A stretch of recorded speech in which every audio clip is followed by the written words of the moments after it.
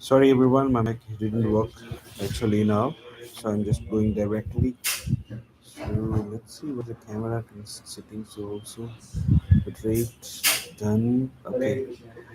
Okay, let's start today's reading. I'm going to read Kunti, prayers of Kunti and Parshit saved. There will be a lot of noise. Please bear with me. Navedakashchit Bhagavam Chakeshitam तवेहमानस्य ऋणं विदम्बनं न यस्य कश्चिदयितोऽस्ति कर्हिचित् यस्मिन् क्षमामतिर्गणाम् न वेदकश्चित् भगवं च कीर्षितं तवेहमानस्य नृणां विदम्बनं न यस्य कश्चिदयितोऽस्ति कर्हिचित् यस्मिन् क्षमामतिर्गणाम्. Synonyms, translation, and purport by His Divine Grace Srila Prabhupada. Srila Prabhupada Gita. No, does not. Veda, no. Kaschit, anyone. Bhagavan, O Lord. Chikishitam, past tense. Tava, you are Iha. Manasya.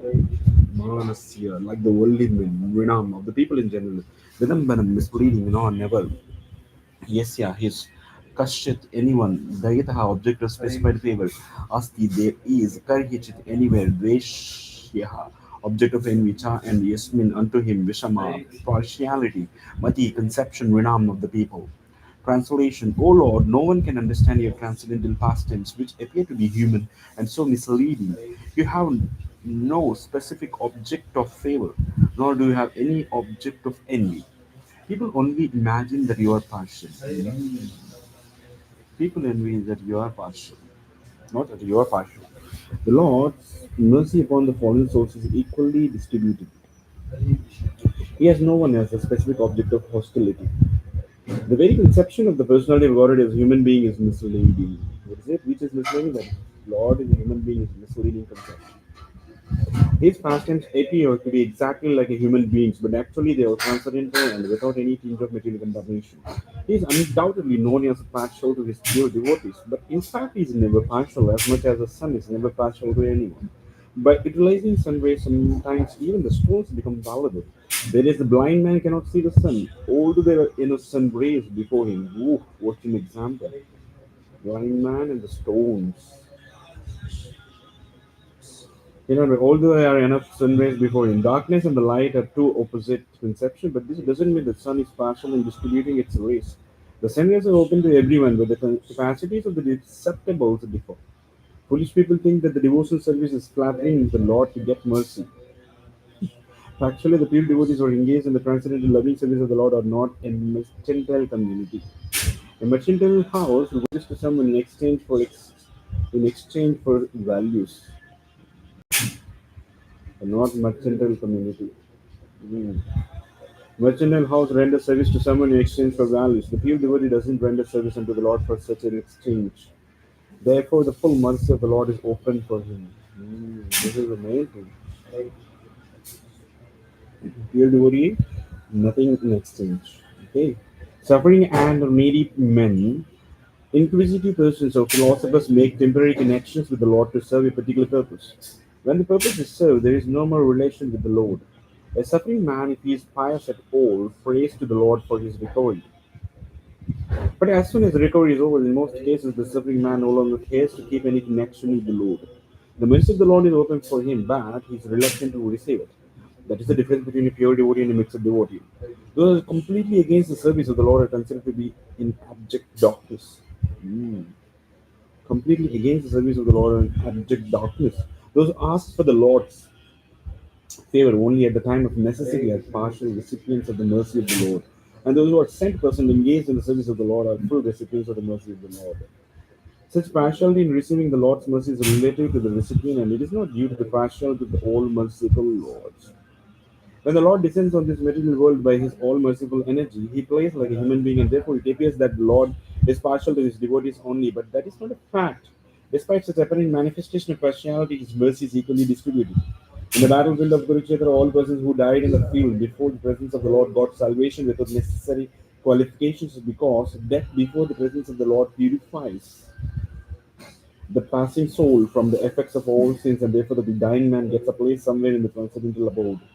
Somehow or other, if someone puts himself in open in the sun rays, he is sure to get The electricity benefit both by heat and by ultraviolet rays. Therefore, the conclusion is that the Lord is never partial.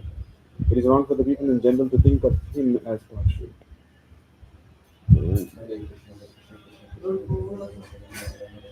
जन्मकर्म च विश्वात्मन् अजस्यात्मतुरात्मनः वीर्यन्निर्शेषयात्सु तदत्यन्तविदम्बनम्.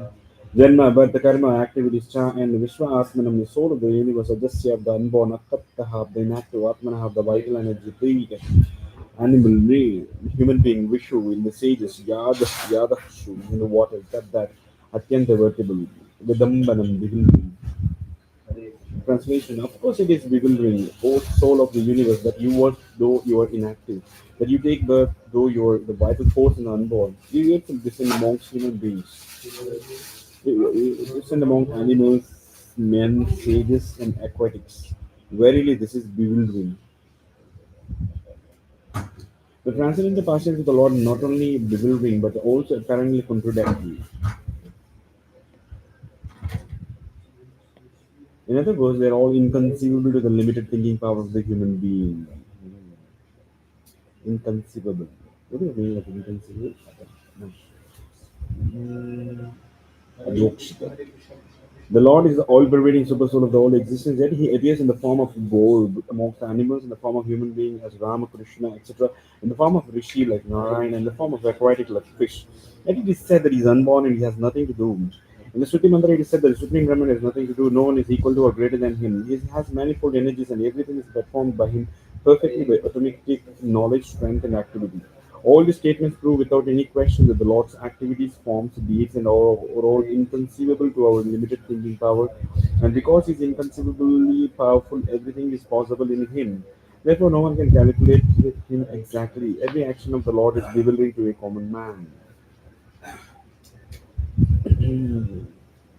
If you stay in the common man, then he will be bewildering still. He cannot be understood by the Vedic knowledge, but he can easily be understood by pure devotees.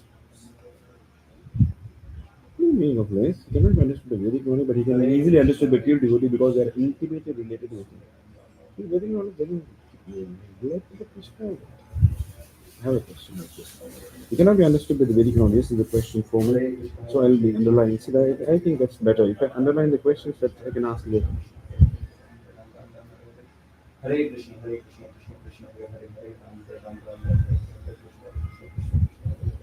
The devotees therefore know that although he is amongst animals, he is not an animal, nor a man, nor a rishi, nor a fish. He is attending the Supreme Lord in all circumstances.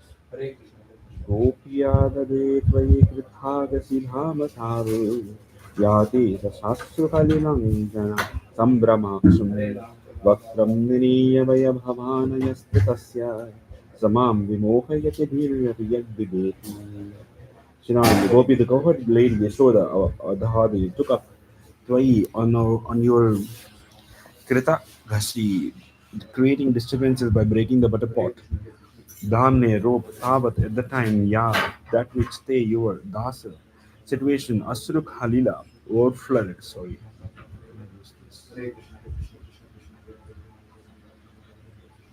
Asruk overflooded with tears, Angna, ointment, Sambrama, perturbed, Aksham, eyes, Vaktram, face, Niniya, downwards, Bhaya Bhavanaya, by thoughts of fear. Stitasya of the situation saw that me, Vimohayati, bewilders, be api, even fear personified, at whom Bibeti is afraid. Translation: My dear Krishna, Yashoda took up a rope to bind you when you committed an offense, and you perturbed eyes, overflowed with tears, which washed the mascara from your eyes, and you were afraid, though fear personified is afraid of you. This sight is bewildering to me.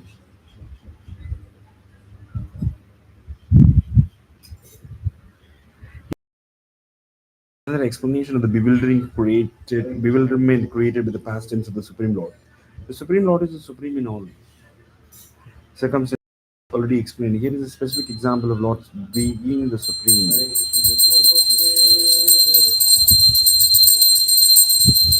Thank you all. I think we'll continue today. We have our repeat waiting now.